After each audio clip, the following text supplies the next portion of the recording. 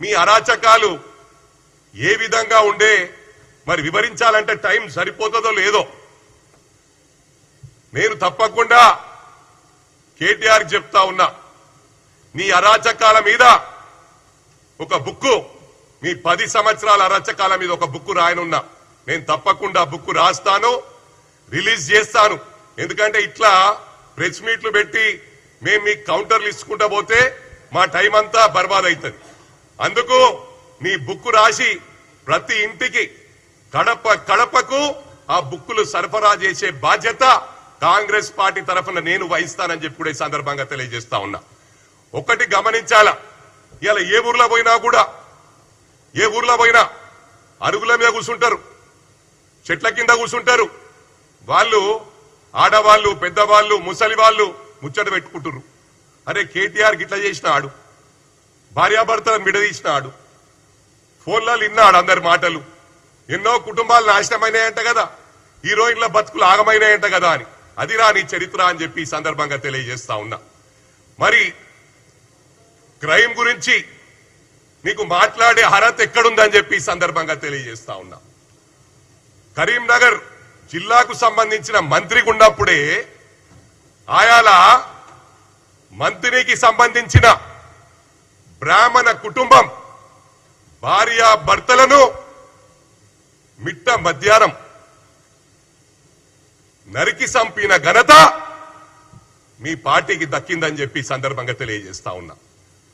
మరి ఆ రోజు ప్రవాళిక యూపీఎస్సీ ఎగ్జామ్స్ కు ప్రిపేర్ అయి పేపర్ లీక్ అయిందనగానే మళ్ళీ ఎగ్జామ్ పోస్ట్పోన్ అయిందంటే తట్టుకోలేక సూసైడ్ చేసుకుంటే ఆయన నువ్వు మున్సిపల్ మంత్రి గుండి షాడో ముఖ్యమంత్రిగా పనిచేస్తూ ఏ ఎంక్వైరీ చేయకుండా, ఇన్ఫర్మేషన్ తీయకుండా గాలికి నరం లేని నాలికి అంటారు. ఇప్పుడు కూడా వెదవలాగానే మాట్లాడుతున్నావు, ఆ రోజు కూడా వెదవలాగానే ప్రవర్తించినావు. ఏమన్నావు ఆయన? లవ్ అఫేర్ ఏమో సూసైడ్ చేసుకుందన్నావు. అంటే ఇంత గాలికి మాట్లాడే వెదవవు వేరే వాళ్ళ గురించి మాట్లాడే నైతిక హక్కు లేదని చెప్పి సందర్భంగా తెలియజేస్తా ఉన్నా. ఇవాళ ఒకటి గమనించాలా, ఆంధ్రాలో వైఎస్ఆర్సీపీ వాళ్ళు భయప్రాంతులయ్యి కొంతమంది విదేశాలకు పారిపోయినరు, కొంతమంది రాష్ట్రాలను వదిలిపెట్టి పారిపోయినరు. మా లా అండ్ ఆర్డర్ ప్రాబ్లం ఉంటే ఇవాళ మీరు ఇట్లా మాట్లాడుతున్నా అని ఈ సందర్భంగా తెలియజేస్తా ఉన్నా. ఇవాళ కాన్వాయ్ల గురించి అడుగుతా ఉన్నావు. అరే అవులా, నువ్వు అవులా కానివిరా, మా ముఖ్యమంత్రి గౌరవ ముఖ్యమంత్రి మాట్లాడే గురించి అర్హత లేదు నీకు. ఆ రోజు మీరు టిఆర్ఎస్ ను తెలంగాణ రాష్ట్రం రాగానే తెలంగాణ సెంటిమెంట్ అయిపోయింది అనుకొని తెలంగాణ సెంటిమెంట్ ను పక్కకు పడేసి బీఆర్ఎస్ పార్టీ ఫామ్ చేసి అటు ఏపీలో పార్టీ ఫామ్ చేసిరు. చంద్రశేఖర్ గారిని రాష్ట్ర అధ్యక్షుని చేసిరు. ఇక్కడ మహారాష్ట్రకు మీ అయ్యకేం పనుడరా? మరి ట్రాఫిక్ ఇబ్బంది అవుతుందని తెలియదా? 2000 కార్లను తీసుకొని మహారాష్ట్రకు పోయిండు. అవసరం ఆరారా కేటీఆర్ అని చెప్పి సందర్భంగా తెలియజేస్తా ఉన్నా. ఏం మాట్లాడుతున్నావురా? ఈ హైడ్రా తెచ్చింది కూడా అది నీకే దక్కింది, ప్రారంభించిందే నువ్వురా. నన్ను అన్నావు రేపు మూసి పక్కకున్న ఇండ్లన్నీ గులగొడుతున్నాం, అప్పుడు నేను ఎమ్మెల్యేగా డయాస్ మీద నాకు చెప్పినావు, హనుమంతన్నా నువ్వు మధ్యలో రాకు, చెడ్డ పేరు వస్తుంది, మేము మంచి చేద్దామనుకుంటున్నాం, మూసి మీద ఉన్న ఇండ్లని కొట్టేస్తాము, అదే విధంగా చెరువుల పక్కకు ఇండ్ల ఉందని కొట్టేస్తామన్నారు. అన్నది నువ్వే, ప్రారంభించింది నువ్వే, డబుల్ బెడ్రూమ్లు మోసం చేసింది నువ్వే.